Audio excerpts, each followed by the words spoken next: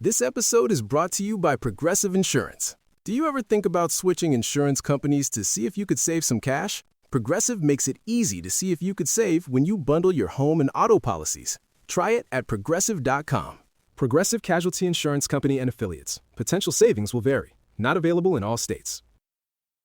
Why does Progressive work hard for truckers? Because truckers unite the world. They unite kids with their first drum sets and parents with earplugs.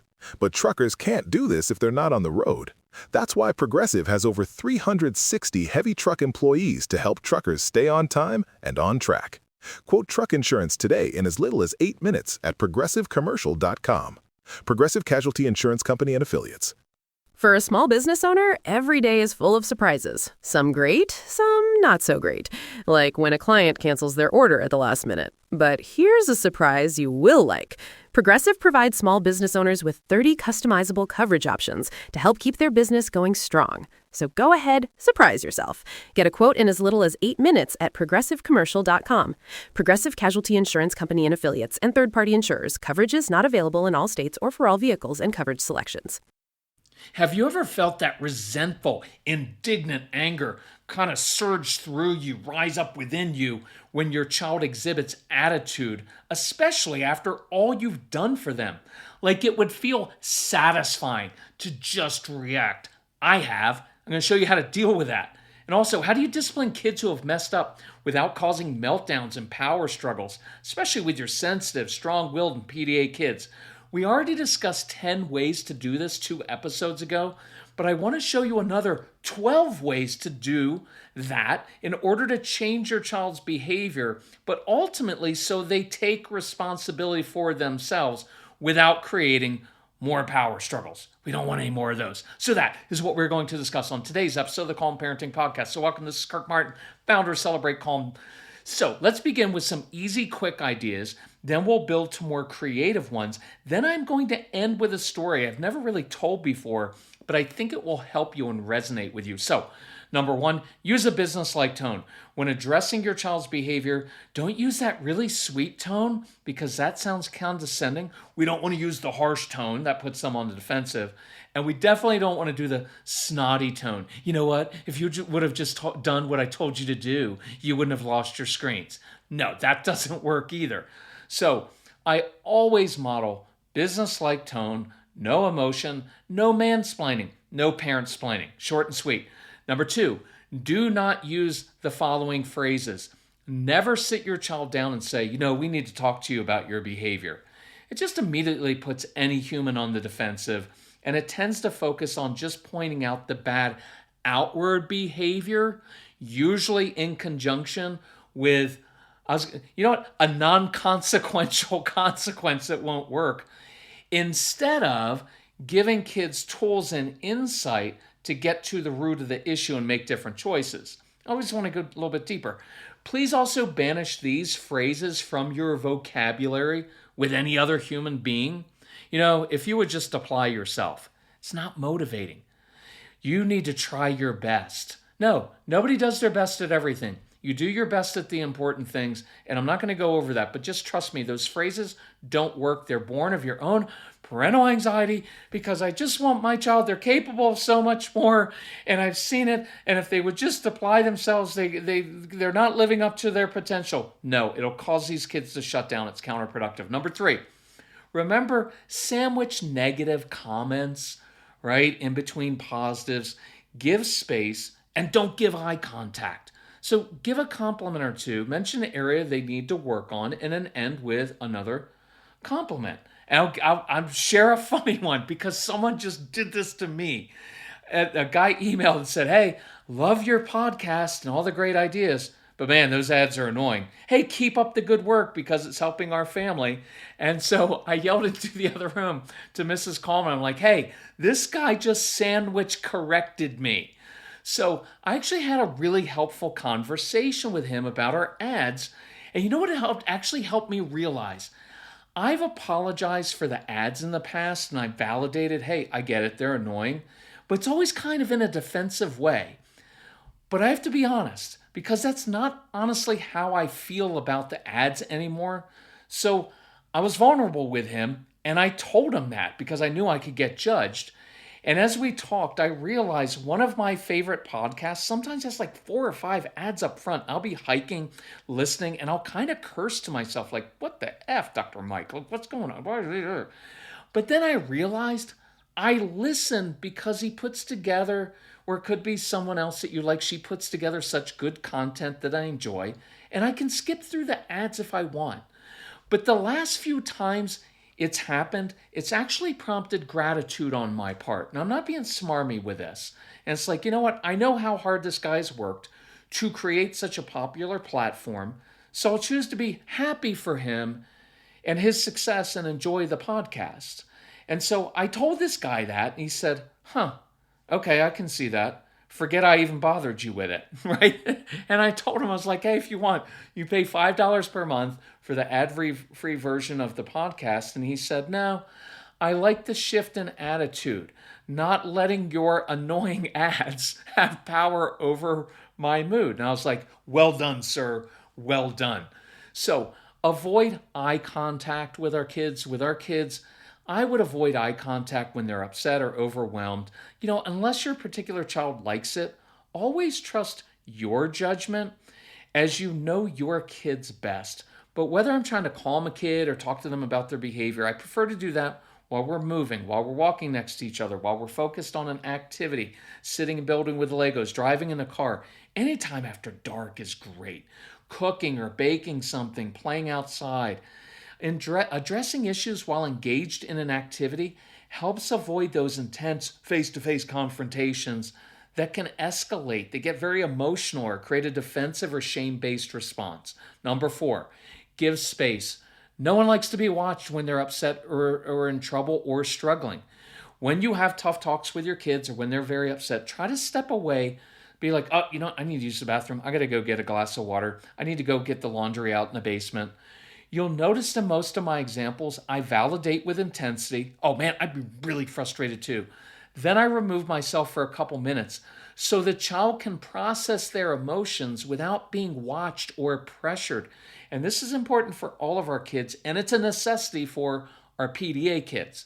I don't like to be watched while I'm struggling. It makes me feel pressured and embarrassed, and I tense up or I get angry. So I'd also encourage you, don't tag team your child in most cases. Don't have like both parents sit one child down. Just have one parent do it. Otherwise, it can kind of feel overwhelming because now both parents are looking at with those concerned or angry faces at me. It's overwhelming. Make sure you're on the same page and you back each other up. But I just do it one-on-one as much as I can. I just got an email yesterday from a principal who's begun doing this. And this is kind of cool. So some parents bought our downloadable programs. And we always say, if you get our programs, we will share them for free with your parents to grandparents, with teachers, with the school.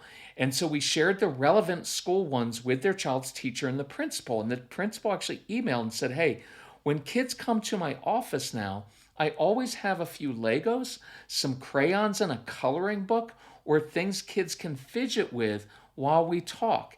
And I notice the kids are opening up and smiling when they leave my office. And these are middle school kids even, right? But middle school kids, you sit and color with them in the middle of the day, they will open up more. So well done, principal, well done.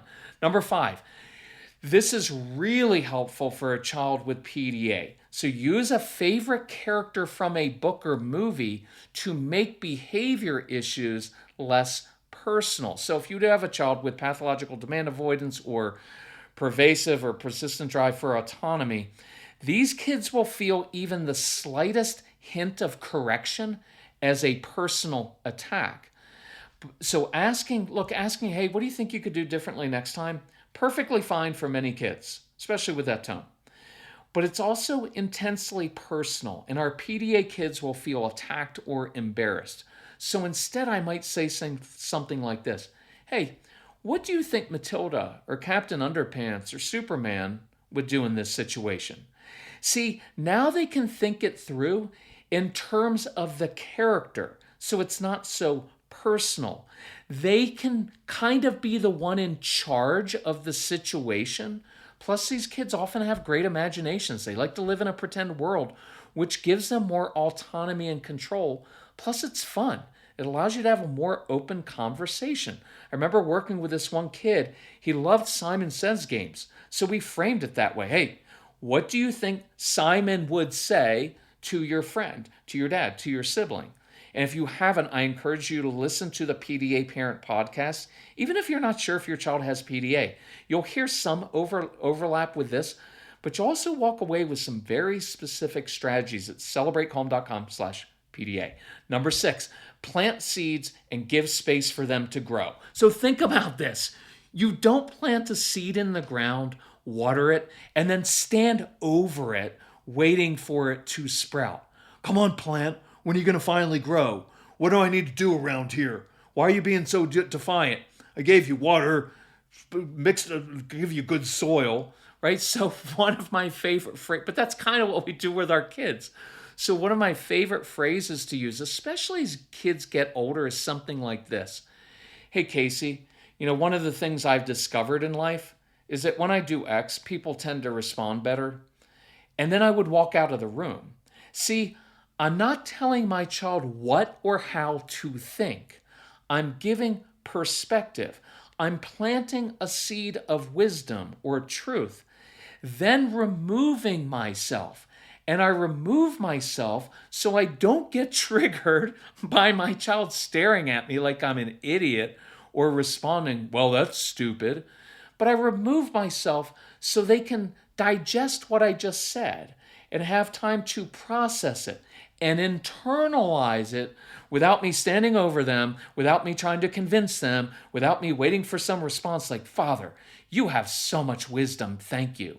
It's kind of the difference between you need to change the way you think, and I'm going to stand here until you agree to see it my way, and hey, here's some wisdom that I believe you will help you, and I believe you're capable of incorporating it into your life or your decisions. By the way, something else just hit me too, which I don't think I've said in a long time.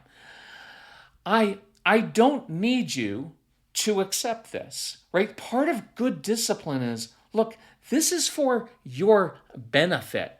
I don't need you to affirm me, agree with me. I don't need you to say, of course, I'll do that right away. I don't need this. This is actually for your sake, because when you need it too badly, then I just need you to finally listen to me. And that guarantees they won't.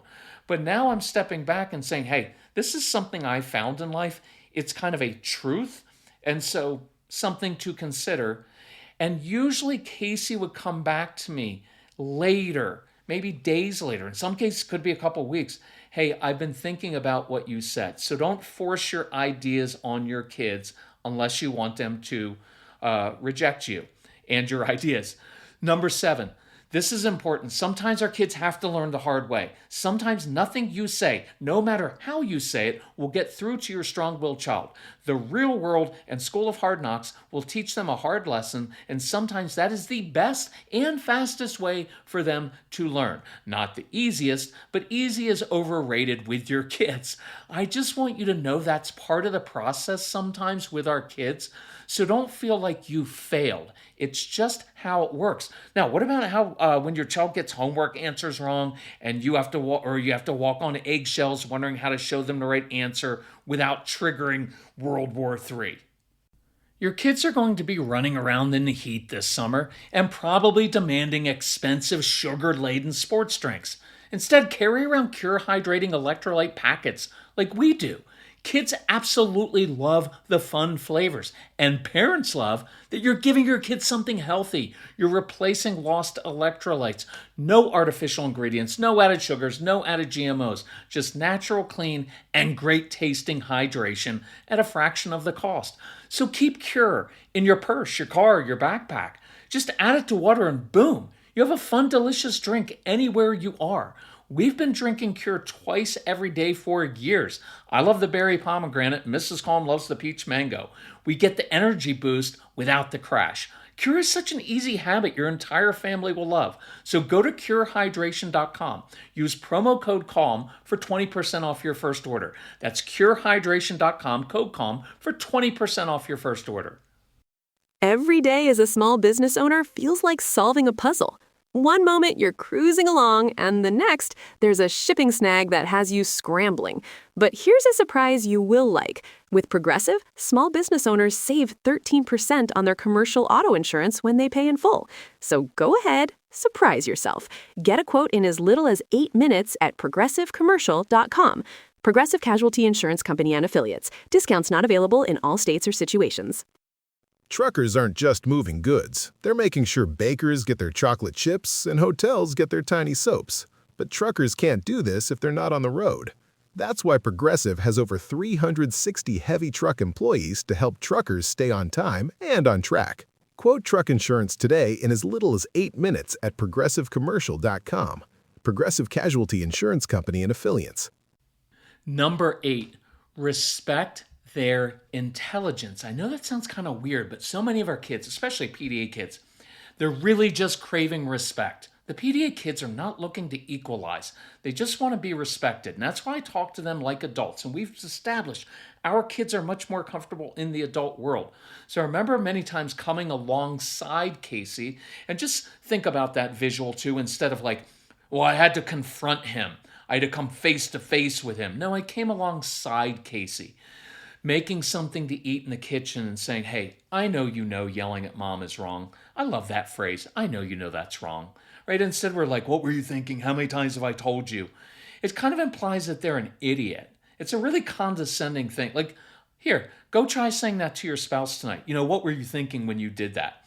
Let me know what kind of response you get from your spouse or any other human. I know that's wrong. So what do you think you could do to repair that? Because when given a choice and some ownership and time, sometimes our kids actually, if you're given consequences, they'll actually choose. Casey would choose a much harsher consequence than I would have given. But most of the time, after I was kind of done with the consequences, it was more just like, hey, let me focus on restoration and teaching life skills. So I remember him saying, well, I know I need to apologize, but then maybe I could do a service project to help mom. And I was like, perfect. See, the tone says, look, you're smart enough to know this isn't going to work around here. So what's your alternate plan? There's no drama. He would walk in with attitude, and he was full of himself sometimes. And I just said, like, Case, that's not going to work with me. So what's the alternate plan? I can help you out with that. It's just kind of reading how life works. There's not a lot of energy given to that. There's no drama. There's no, I can't believe that you... No, hey, that's just not going to work for you. So why don't you try an alternate way of asking me? Number 9, let them teach themselves. We have kids who want to figure out things by themselves, not to be told what to do or how to do it. And you've seen this. They'll teach themselves a musical instrument, a foreign language, something else by watching YouTube videos, not listening to you or a teacher. Casey speaks fluent German and never took one lesson in German. He is a fantastic guitar player. He had one lesson, and then I just got him mentors at blues clubs. See, I can work with that. Your strong-willed kids don't value the same things you do, and they don't want to do it your way, so let them figure out how to do it themselves. Let them struggle, even if you could show them the right way in 60 seconds. And then affirm them instead of like, oh no, we have to be so difficult. It'd be so much easier if you... No. I love the fact that you're willing to wrestle with things and do it the harder way. That's a great quality. The fact that you're willing to do it the hard way and figure it out on your own so that you have to really dig in and figure it out. Oh man, I love that quality. Now, do I always really love the quality? No, it's irritating. I really just want you to listen to me and do it the way I want you to do it because I have control issues. Number 10, role play with rewind and replay. And this is a reminder for your younger kids and teens if you want them to laugh at you. So say a little kid walks into the kitchen, steals something from a sibling. You can lecture and you can have a talk about the need to be kind and share. Or did you hear me dismissing you doing that? Did you hear my utter disdain for that in my pause? Or you do rewind and replay. So they have to walk backwards out of the room. Why? Well, that's fun. Then they walk back into the kitchen and they do a replay or a redo and practice a new behavior. You are literally practicing behavior. You're role-playing different situations, but it's a little bit more fun and interactive and physical. Now, my favorite version of this is when you play rewind and replay after you mess up, lecture, or yell. You walk backwards out of the room, even with a teenager, and then you come back in and you apologize. Number 11, find a mentor or other trusted adult your child will listen to. Our strong-willed kids aren't always going to listen to us as parents. It's just the way that it is. But you have noticed they will listen to another adult, a coach, a mentor, a teacher, a neighbor down the street, an aunt or a grandfather they trust, maybe an older kid in high school or college they look up to.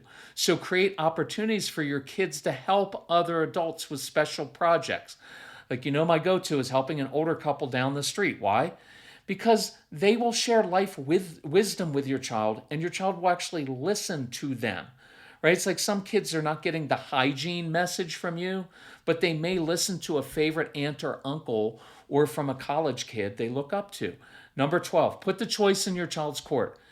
I remember exactly where I was standing in our townhome in Northern Virginia when Casey was exhibiting his uniquely endearing, charming attitude. And I was about to go upstairs, but I could feel that resentful, indignant anger surging through me. I mean, after all we did and all we sacrificed so he could have such a great life that we never had, where's the gratitude? Where's the good attitude?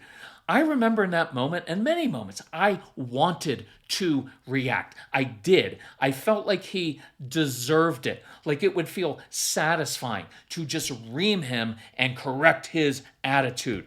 You have felt that before. You should feel that. That's normal. I hope within the next day you feel that, right? Like, it's kind of like you have this little devil on your shoulder whispering to just do it, that it would feel so good. I mean, your parents did this to you and you turned out okay. And then the little angel on the other shoulder is whispering, hey, control yourself. You're a grown-up. You'll regret saying it. You need to be the grown-up and not take it personally. So for whatever reason in that moment, I didn't react. I reset myself inside. I stepped down off the stairs and I smiled. And yes, it was a forced smile, but sometimes emotions follow actions. I slowed my world down inside and I looked at my son because he was my son, not my adversary, not a child getting under my skin, not some ungrateful kid who was responsible for my responses or emotions. Hey, Case, this is your choice right now, and your choices affect your life, not mine. I'm going to go upstairs and take a quick shower. When I get back down, let me know if you need some help with your choice. Now, it wasn't a perfect response, but it began to lay the groundwork for a few new principles we operated by. Hey, I'm not responsible for your choices and responses. You are. I'm only responsible for mine. And what you decide will directly impact your life, not mine. And there was a certain, I don't know how to say that. There was a certain sacred quality to that, right? A certain dignity and a nod to his individuality. It was helping us create boundaries and frame his choices in a way that gave him ownership over them.